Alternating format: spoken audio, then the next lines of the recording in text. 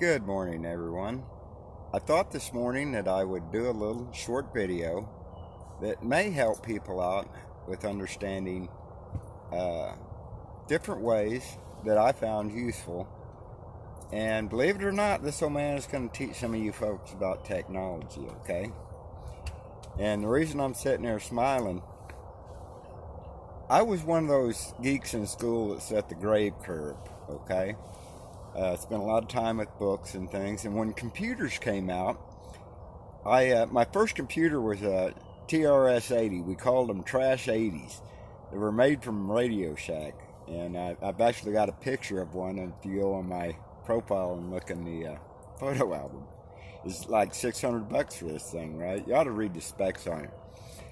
But anyway, so I kind of grew up with DOS and understanding programs, and Microsoft actually cheated the guy. Bill Gates cheated the guy for the patent on DOS, that anything he created with DOS would belong to him, and thus we had Windows coming.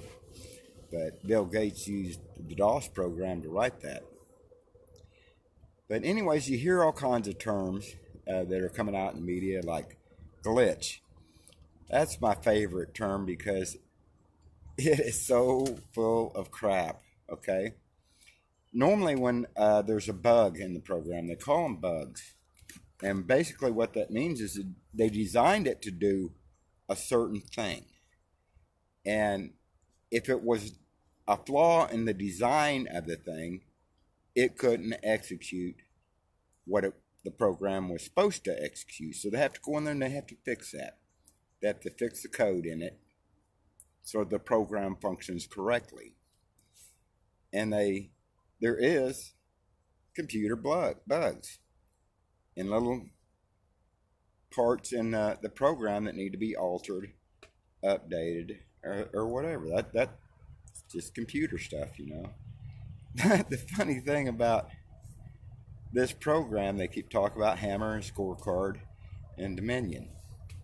Okay, this program did exactly what it was designed to do perfectly. There was no bug, there was no glitch. It was very accurate in switching Democratic votes to Republicans, and it took one Trump's votes and gave them to Biden. Okay, that is not a glitch, because if it was a glitch, it would do the same thing vice versa.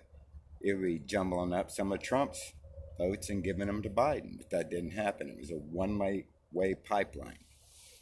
So that's just a little bit of technology. But what I really wanted to do, see, I help out and tutor a lot of old fools like me on this technology stuff.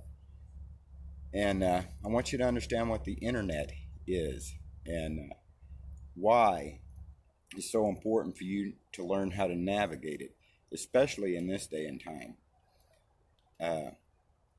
When the internet first came out in its young stages, okay, there wasn't a lot out there on the internet, but it was global. You see that www in that address line? That means World Wide Web. It's global. Okay, well, information started being entered into the internet at such a rapid rate, it was almost unbelievable, because it wasn't just the United States that was utilizing the internet. It was every country in the world. Software designers and program writers, and I personally know the guy that wrote the programming for Hewlett Packard for the printer language, the language that the computers talk to the printers in. And likewise, I have kept up with the internet and the technology almost daily. Everything advances now almost daily.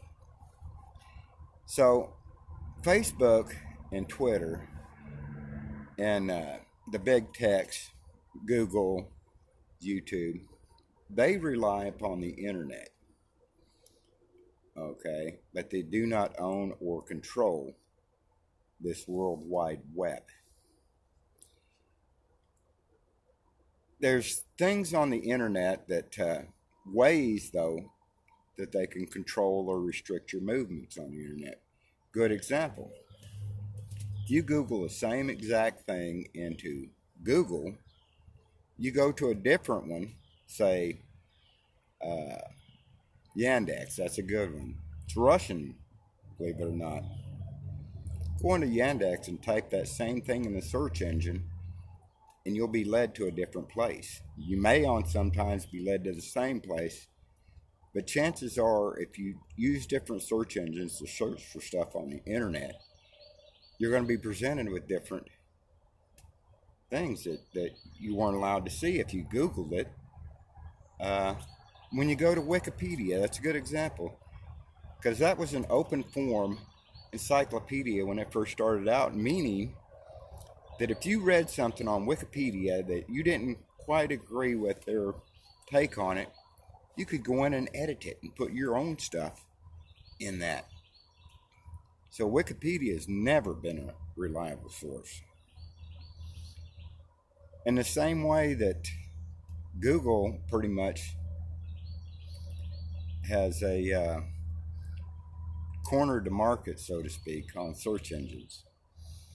They've become a very, very powerful company. It's important for you to get familiar with VPNs.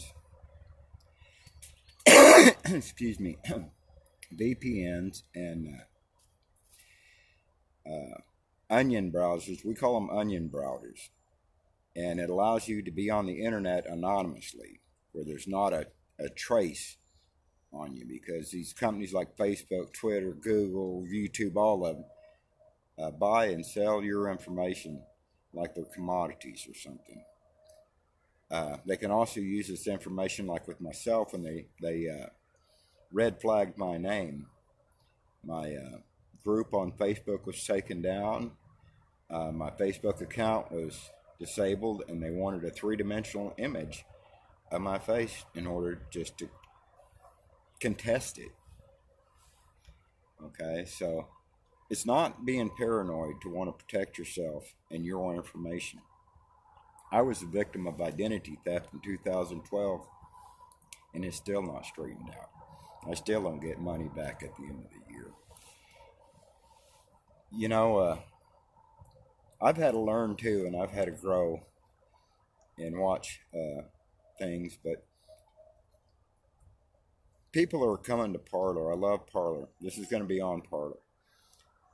It's an open forum, and it's a lot conservative, but it gives me an outlet.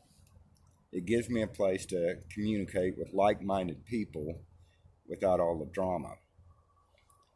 And I want to share with you some of the really cool people that I love to listen to, and I keep on top of, and I take and glean little things from each one of them. But people like Mark Levine, I love listening to him, and Dan Shapiro, and Dan Bongino, and Shapiro. And I also listen to a broadcast called X22 Report. It has both a financial and a political, which is great if you want to track some of this global stuff financially, the central bank, interest rates, what's really going on, that type of thing. That's a great show.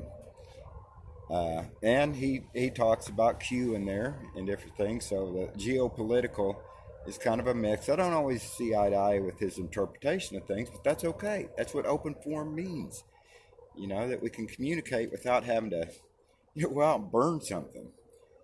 But that's a great show, X22 Report. And of course, y'all are probably familiar with old Dan Bongino.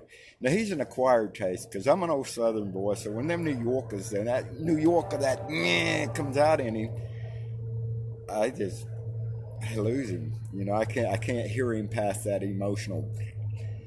But that works for him, you know, and I do learn a lot from him. That 24-hour rule, keep that. That's a good one. Basically, don't jump to a conclusion. Just kind of sit there and see what happens here, and see what it feels like. Something's not right here. Or, hey, yeah, well. But Dan Bongino, that's a good one. And the Ben Shapiro Show, I like to watch it. There's another one out there called And We Know. It's AK something.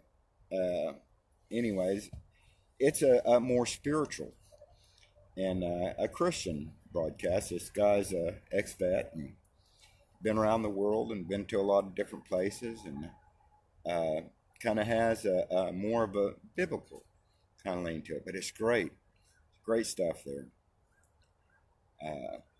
Get on Rumble. Start getting familiar with Rumble, because remember, YouTube is part of this whole conglomerate of things, and it just so happens that Google owns YouTube, just like Instagram is a subsidiary of Facebook. So if you can't get past the obstacle, you're going to have to go around it. And that's what I'm trying to say is we can't rely upon mainstream media. We all know that. So we have to go around it. And the way us cyber warriors do it is just the way I explained. You've got to learn about VPNs, about private browsing, anonymous browsing, and to think outside the box of Google, YouTube, mainstream media, and all of that if you want to really dig in. Little geeks like me, I love it because I can master the internet and the workaround on how to get around this stuff. And just for shits and giggles, I carry a PDF file of an F-15's manual. If you want to know where to get that WikiLeaks, them documents he released, they got mortars in there. If you ever want to go in there and check out the owner's manual on a mortar, the operations of it, what little parts and little gizmos of different things that have been declassified, you can find some real fun stuff. Do you know it's illegal to own gold at one time? And there's this one case where the feds went in and it wasn't actually the feds, it was a corrupt local division of it, went in and took all this guy's stuff, and then it just disappeared. Took all this guy's gold and all this shit, using these illegal to own type clauses, and then it just vanished. I wonder what happened there. But y'all just hang in there, okay? If Parler gets slow, it's because of a bottleneck effect of all the people that they're getting. And you got to admit the internet is lit up right now, globally. Okay? There's a lot going on in the world.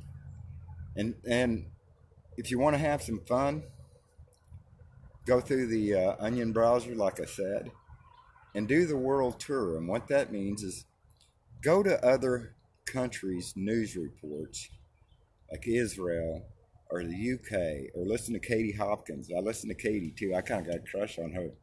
Hey, Katie.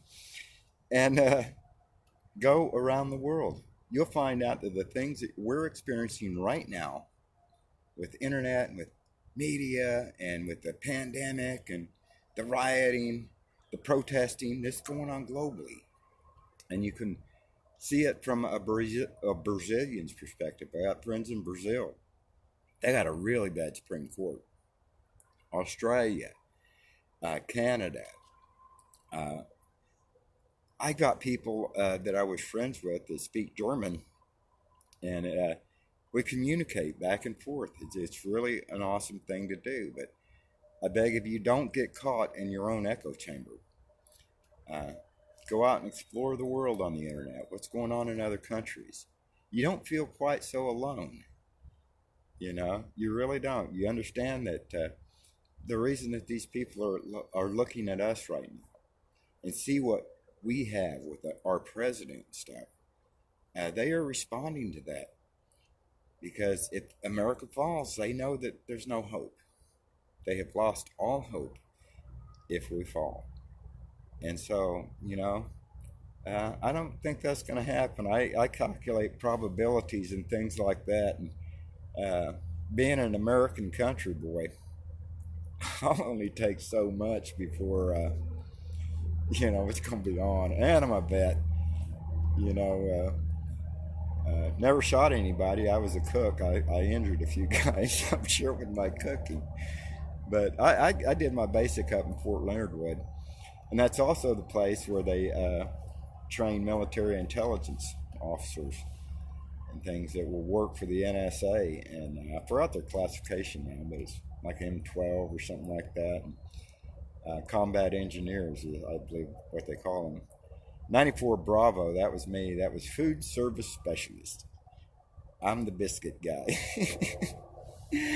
But y'all have a blessed day, and I hope this little short video helped you in some way to understand the internet, the ways you can get around it, and the technologies that are coming out, and understanding these terms like glitch and these things that they love to throw around. They're full of shit.